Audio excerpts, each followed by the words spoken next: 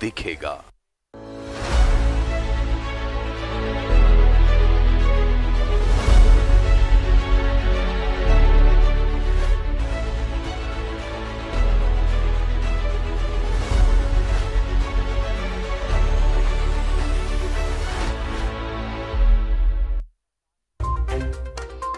Headlines के प्रायोजक हैं श्याम मेटालिक्स।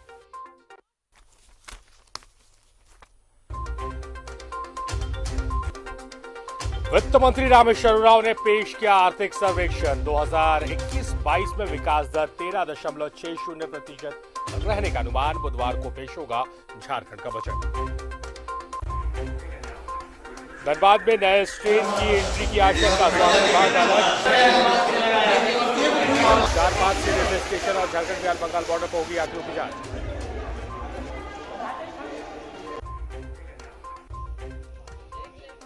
गिरिडीह में माइका चुनने के दौरान चाल धंसी। कई मजदूर खदान में दबे, 2 मजदूरों की मौत।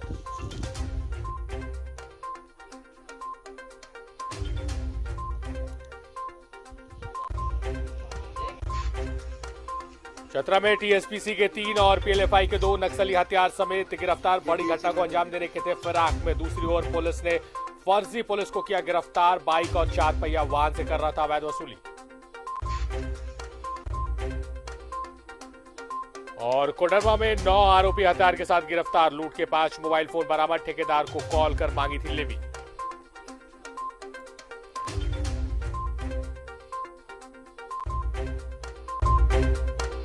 हेडलाइंस के प्रायोजक थे श्याम मेटालिक्स।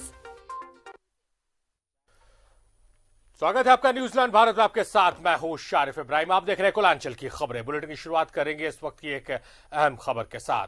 धनबाद में कोरोना के नए स्ट्रेन की एंट्री की आशंका को लेकर स्वास्थ्य विभाग अलर्ट हो गया है और इसको लेकर 4 मार्च को रेलवे स्टेशन और झारखंड बिहार बंगाल बॉर्डर पर यात्रियों की जांच की जाएगी। जिला Covid in charge doctor Rajkumar Singh ने बताया है कि देश के कई हिस्सों में फिर से कोरोना संक्रमण बढ़ने लगा है, जिसको लेकर कोरोना टेस्ट की गति तेज कर दी गई है।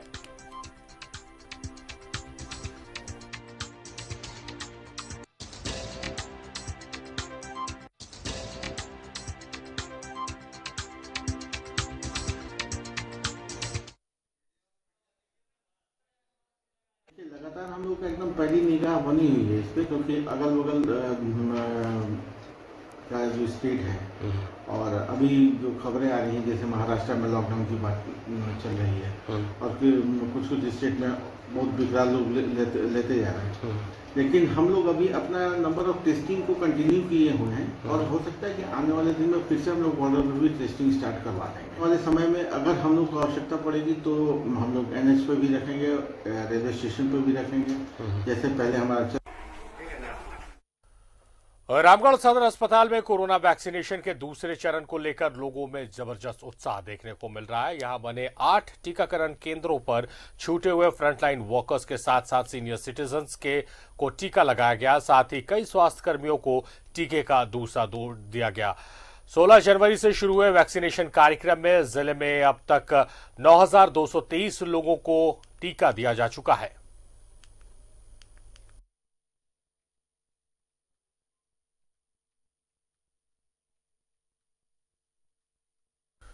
झारखंड की हेमंत सोरेन सरकार अपना दूसरा बजट पेश करने जा रही है। राज्य सरकार के इस बजट की ओर कोलांचल के व्यवसायी काफी उम्मीद लगाए बैठे हैं। वे इस महंगाई से जनता को बचाने की अपील कर रहे हैं। व्यवसायियों ने राज्य सरकार से पेट्रोलियम पदार्थों में वैट की कमी करने की मांग की है। इससे बहुत हद तक महंगाई को नियंत्रित किया जा सकेगा। धनबाद के व्यवसायियों से बात की है संवाददाता अरुण बनवाल ने। पदार्थों की लगातार मूल्य वृद्धि के कारण महंगाई चरम पर, और उस क्रम में 3 मार्च को राज्य सरकार अपना कार्यकाल का दूसरा बजट प्रस्तुत करने जा रही है। वैसे स्थिति में झारखंड के लोगों को, व्यवसायियों को, आम जनता को बहुत कुछ अपेक्षाएं हैं। धनबाद के कुछ व्यापारी हैं, हालांकि बाजार क्या है वो तो दिख रहा है, व्यवसाय पूरी तरह से ठप के कगार पर है।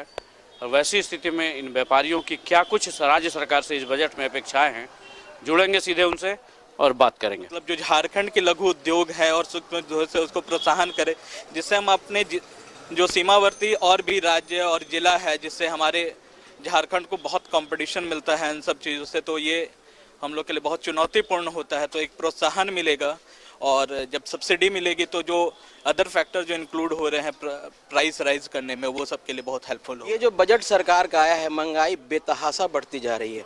केंद्र सरकार ने क्या किया वो तो गुजरा हुआ वक्त हो गया, लेकिन राज्य सरकार का ये मामला है। देखिए, पेट्रोल डीजल की में जो वृद्धि है उससे आम जनजीवन पे बहुत बड़ा प्रभाव पड़ रहा है।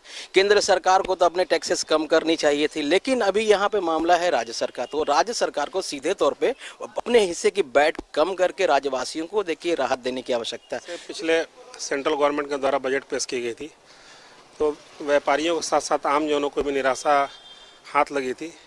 अब राज्य सरकार अपनी दूसरी बजट अनुपूरक बजट लेके आ रही है। ये सही बात है, जिस तरह से पेट्रोल और डीजल की बेतहाशा मूल्य वृद्धि हो रही है और रुकने का नाम नहीं ले रहा है, कहाँ तक जाएगी पता नहीं है। इससे कहीं ना कहीं सारे व्यापार पे, सारे रोजगार पे, सारे आम जन पे इस पर प्रभाव पड़ रहा है। सरकार अगर इसमें चाहे तो वैट कम करके लोगों को राहत दे सकती है और हम लोग की अपेक्षा भी है कि राज्य सरकार इसमें कुछ ठोस पहल करे। कोरोना काल से व्यापार की स्थिति बहुत दयनीय है। व्यापारी दुकान तो खोल रहे हैं, लेकिन किस तरह अपना खर्चा चला रहे हैं, अपने स्टाफ का पेमेंट कर रहे हैं, बिजली का पेमेंट कर रहे हैं, सारे खर्च करने के बाद हो सकता है वो नुकसान, हो सकता है कि नुकसान में ही है, फायदे में तो है नहीं। राज्य सरकार का बजट दूसरा बजट है, तो हमारी तो यही अपेक्षा है कि राज्य सरकार, केंद्र सरकार से तो व्यापारियों को कुछ खास प्रोत्साहन ना मिला, राज्य सरकार कम से कम कुछ वैट पेट्रोल और डीजल पर वैट घटा दे। राज्य सरकार से यही अपेक्षा है कि कोरोना काल के लॉकडाउन में व्यापारियों की कमर टूट चुकी है, तो व्यापारियों के ऊपर भी जरा ध्यान रख के ही बजट बनाया जाए। राज्य सरकार, केंद्र सरकार के बजट ने इस बार आम आदमी को एकदम घोर निराश किया है, दुखी कर दिया है। और सबसे ज्यादा अगर कोई क्रश होता है तो मध्यम वर्गीय है। बड़े वर्ग को टैक्स में कमी बेसी का कोई अंतर नहीं पड़ता है, लेकिन मध्यम वर्ग जो है हर एक तरफ से पिसता आ रहा है। हमारी उम्मीदें बस रह गई हैं हेमंत सरकार से। हेमंत सोरेन सरकार से धनबाद के व्यवसायियों की यही गुहार है कि सबसे पहले वैट को कम करें और किसानों के आय को बढ़ाते हुए उनके उद्योगों को प्रोत्साहन दें, ताकि जो मरणासन स्थिति में जा रहा है जो व्यापार, उसमें नई जान मिल सके। न्यूज़ 11 भारत के लिए धनबाद से सहयोगी बंटी के साथ अरुण बर्नवाल।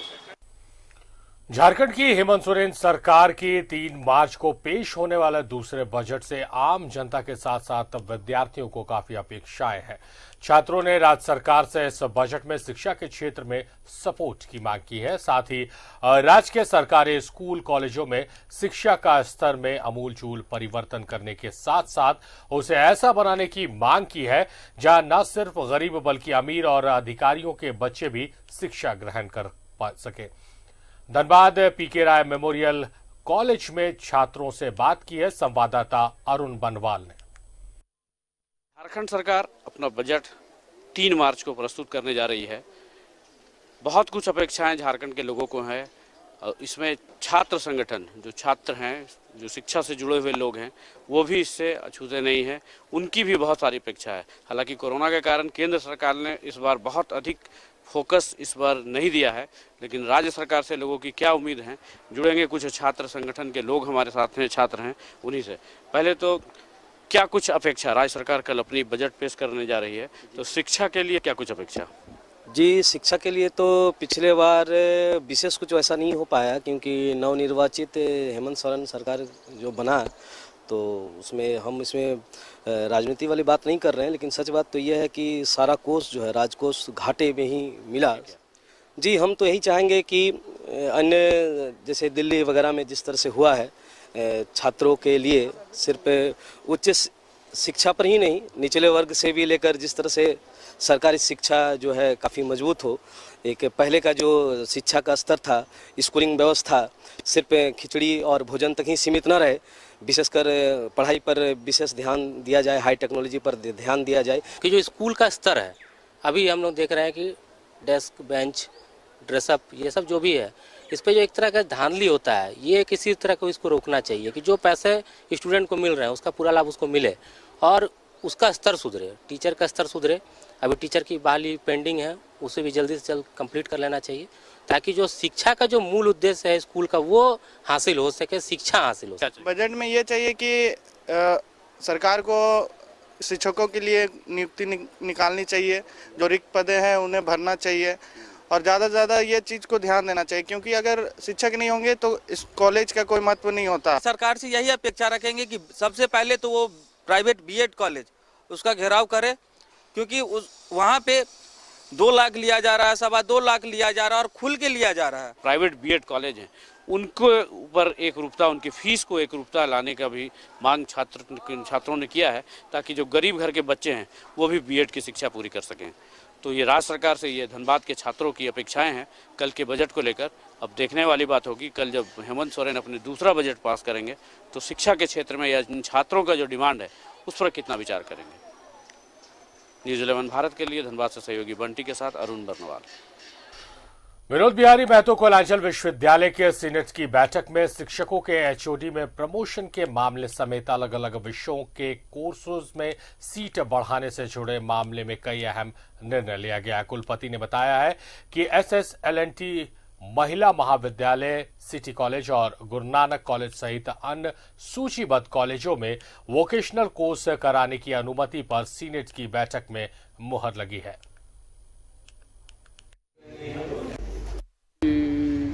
जो हम लोग का पीएचडी एंट्रेंस का था, तो पीएचडी एंट्रेंस के लिए आज परमिशन हो गया, कराना है।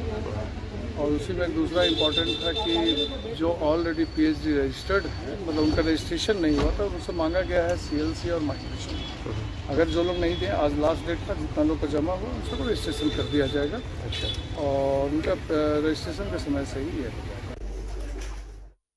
BCCL के Kusunda colliery 14 number coal dump के सैकड़ों मजदूरों ने संयुक्त मोर्चा के बैनर तले रोजगार की मांग पर अनिश्चितकालीन डंप पर धरना देते हुए कुसुंडा एरिया महाप्रबंधक कार्यालय के सामने जमकर प्रदर्शन किया और प्रबंधक के खिलाफ नारेबाजी की। प्रबंधक ने मजदूरों को समझाने की कोशिश की, लेकिन मजदूर नहीं माने और आंदोलन की बात कही। हमारी मांगे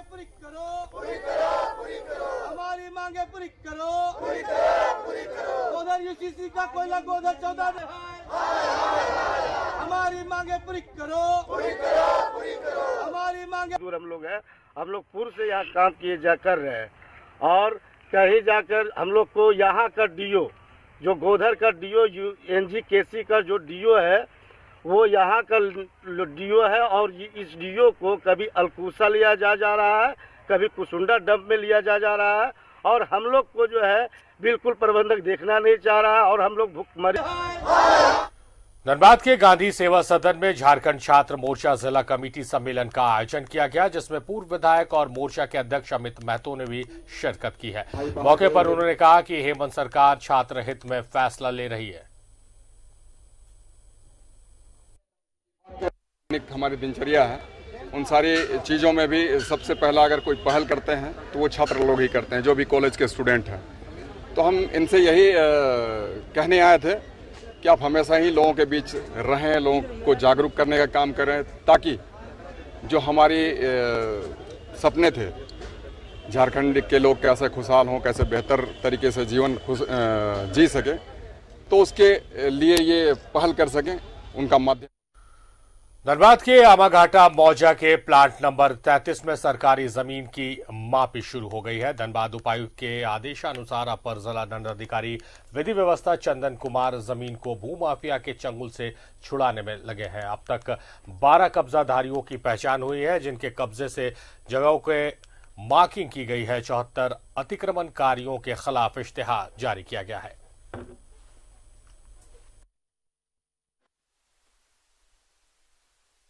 में से वर्तमान में हीरक रोड जो है, हीरक रोड के बाएं और दाएं साइड जो है 187 और 33 प्लॉट, या 187 के जस्ट पीछे वाला 184 प्लॉट, मूलतः अभी इन 3 प्लॉटों की नापी की जा रही है, मगर ऐसे और भी प्लॉट हैं, वहाँ पे बड़े बड़े प्लॉट हैं।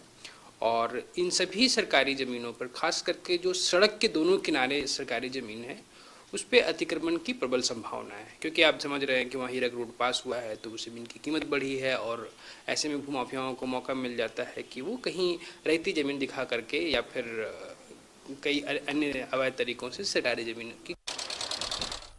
बोकारो के पैक में आयोजित क्रिकेट टूर्नामेंट में पैक की टीम ने बोकारो थर्मल को 5 विकेट से पराजित किया। 15 दिनों तक चले इस टूर्नामेंट का आयोजन जय मां दुर्गा क्लब की ओर से किया गया। फाइनल मुकाबले के लिए गिरिडीह सांसद प्रकाश चौधरी बतौर मुख्य अतिथि उपस्थित हुए। उन्होंने विजेता टीम को 21,000 रुपए और उप विजेता को 15,000 रुपए नगद और शील्ड देकर सम्मानित किया।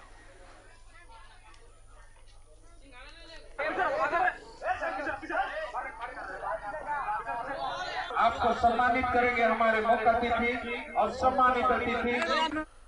डुमरी में ग्रामीणों ने गिरिडीह के सांसद चंद्र प्रकाश चौधरी को रोककर अपनी समस्याओं से अवगत कराया है। सांसद सीपी चौधरी बेरमो से गिरिडीह जा रहे थे। दरअसल डुमरी के NH2 में सड़क का चौड़ीकरण काम चल रहा है, जिसके कारण लोगों को सड़क को पार करने में काफी परेशानियों का सामना करना पड़ता है, जिस कारण आए दिन कोई न कोई दुर्घटनाएं होती रहती है। इसी को लेकर लोगों ने सांसद से NHAI से मिलकर ओवरब्रिज बनाने की मांग की है। सांसद ने अधिकारियों से बात कर हर संभव ब्रिज बनवाने का प्रयास करने का भरोसा दिया है। लेकिन विभाग द्वारा NHAI द्वारा आज तक इस संबंध में कुछ सोचा नहीं किया है कि यहाँ फ्लाईओवर बने, पैदल लोगों को आने जाने में दिक्कत न हो, स्कूल के विद्यार्थियों को दिक्कत नहीं हो, मरीजों को दिक्कत नहीं हो, सरकारी कार्यालय के लिए ग्रामीण लोग जो आते हैं उनको दिक्कत नहीं हो। कोई सुनवाई नहीं हो रहा है। इसलिए हम लोग पहल किए कि माननीय सांसद महोदय गिरिडीह को यहाँ हम लोग बुलाए, इनको हम लोग यहाँ स्थल दिखलाए। इन्होंने आश्वासन दिया है कि जितनी जल्दी होगा मैं NHAI से मिल करके यहाँ फ्लाईओवर बनवाने के लिए प्रयास करूंगा। खबरें भी और भी है, मगर रुके एक छोटे से ब्रेक के लिए।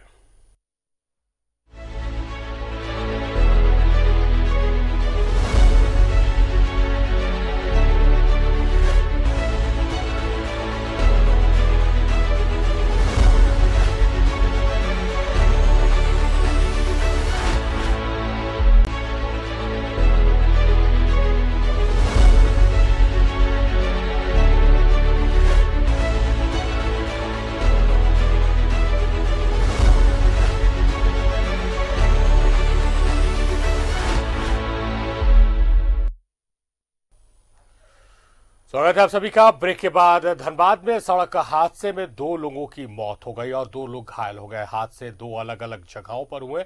टुंडी रोड में खुदिया नदी पुल पर एक बाइक सवार को बचाने के चक्कर में इनोवा कार ने 2 साइकिल सवारों को जोरदार टक्कर मार दी, जिसमें एक साइकिल सवार हवा में उछल गया और 30 फीट नीचे नदी में गिर गया। उसे पुलिस ने अस्पताल में भर्ती कराया, जहां इलाज के दौरान उसकी मौत हो गई।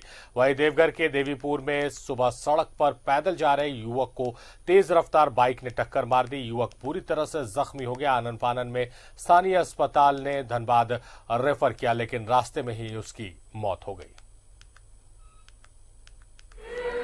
एक्चुअली ग्राम कंचनपुर के निवासी थे, वो आपका काम में जा रहे थे, काम से ही निकले थे घर में।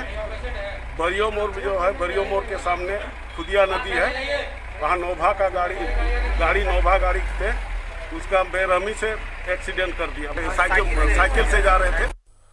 खबर चतरा से है, जहां एक फर्जी पुलिस को गिरफ्तार किया गया है। सिमरिया एसडीपीओ ने उसे गिरफ्तार किया। एसपी ऋषभ कुमार झा को मिली सूचना के आधार पर गिरफ्तारी हुई है। बाइक और 4 पहिया वाहन से कर रहा था अवैध वसूली। पुलिस का धौंस दिखाकर कई लोगों से कर चुका था आर्थिक दोहन।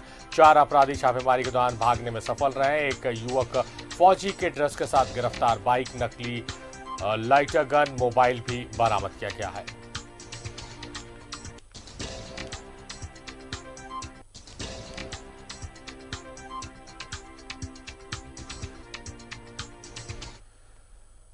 अगली खबर भी चतरा से है, जहां अपराधियों के खिलाफ पुलिस को बड़ी कामयाबी मिली है। टीपीसी के 3 और पीएलएफआई के 2 नक्सली हथियार समेत गिरफ्तार कर लिए गए। ठेकेदारों और कारोबारियों से लेवी वसूल कर बड़ी घटना को अंजाम देने के फराक में थे।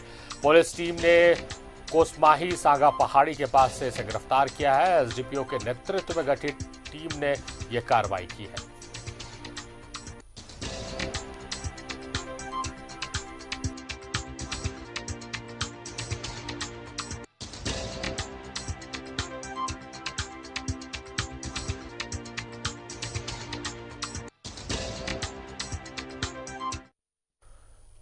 विनोद झा हत्याकांड में चिरकुंडा पुलिस ने 2 शूटरों को हथियार के साथ गिरफ्तार कर लिया है। दोनों बिहार के रहने वाले हैं, जहां से उनकी गिरफ्तारी हुई है।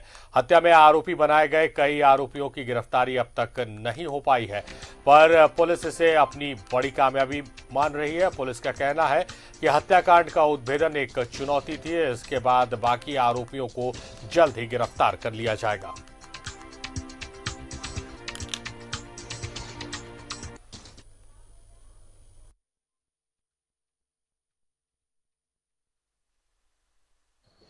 देखिए, जब विनोद झा की हत्या हुई थी और उसका कोई भी गवाह सामने आने के लिए तैयार नहीं था कि इसकी हत्या किसने की।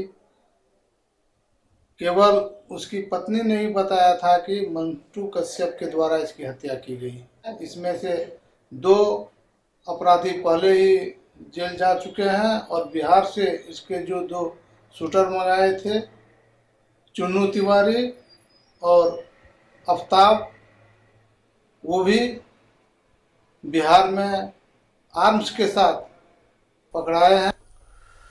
कोडरमा जेल में एक कैदी को करंट लग गया। करंट से वह गंभीर रूप से घायल हो गया। कोडरमा सदर अस्पताल में इलाज के बाद उसकी स्थिति को गंभीर देखते हुए रांची रेफर कर दिया गया है। कैदी प्रेम प्रसंग के मामले में जेल में विचाराधीन कैदी के रूप में बंद था, जहां उसने डिप्रेशन के कारण बिजली के तार को छुआ, जिससे यह दर्दनाक घटना घटी।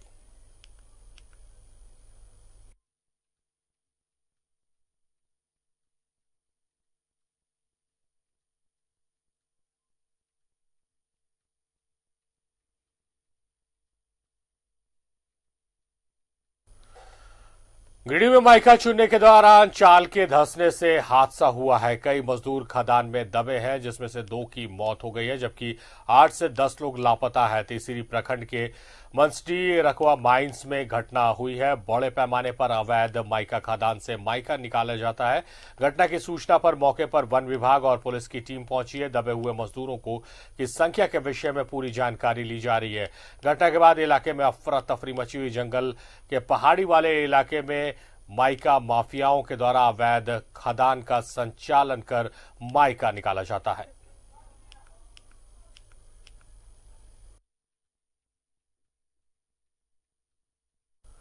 उबेर की गाड़ी बुक करके रास्ते में ही लूट लेने वाले गिरोह के एक सदस्य को पुलिस ने गिरफ्तार किया। उत्तर प्रदेश के बलिया जिले चक गिरधर से गिरिडीह पुलिस ने आरोपी संतोष मिश्रा नामक व्यक्ति को गिरफ्तार किया है। एसपी अमित रेणु ने यह जानकारी दी है। पिछले 26 फरवरी को बगोदर थाना क्षेत्र टोल प्लाजा के पास अपराधियों ने एक गाड़ी को लूट लिया था।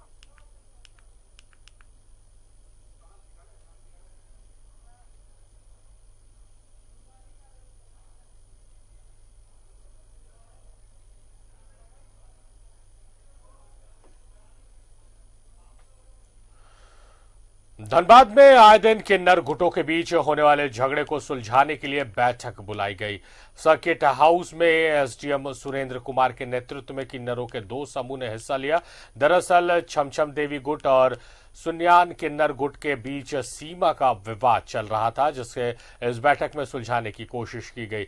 समझौते में यह तय हुआ है कि दोनों गुटों के लिए जिला प्रशासन क्षेत्र रेखांकित करेगा, जिसकी अवहेलना करने पर संबंधित थाना कार्रवाई करेगा।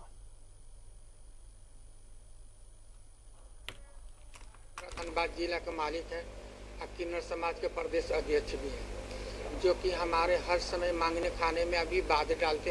अभी भी सुना है ना, बात डाल रहे थे उनके पार्टी के लोग, बोलते कि नहीं मांगने देंगे। अब बार बार बोलती है कि आप लोग को फंसाएंगे। आगे भी हमको लोग करा था, अब फिर भी धमकी दे रहा। अभी माने गोधर में एक हिजड़ा सीमा को मारा, नाम हम लोग को दे दिया कि नहीं। हम हॉस्पिटल में भर्ती है, सरती हॉस्पिटल में मेरा भर्ती था। मेरा ये हार्ट का ऑपरेशन हुआ था। एक मेरा चेला मालती तो जो गिर गई, उसका हाथ टूटा, जो हम लोग नहीं थी। अब फिर हम लोग का केस। तो मेरे साथ फिलहाल बुलेटिन में इतना ही। देखते रहिए न्यूजीलैंड भारत।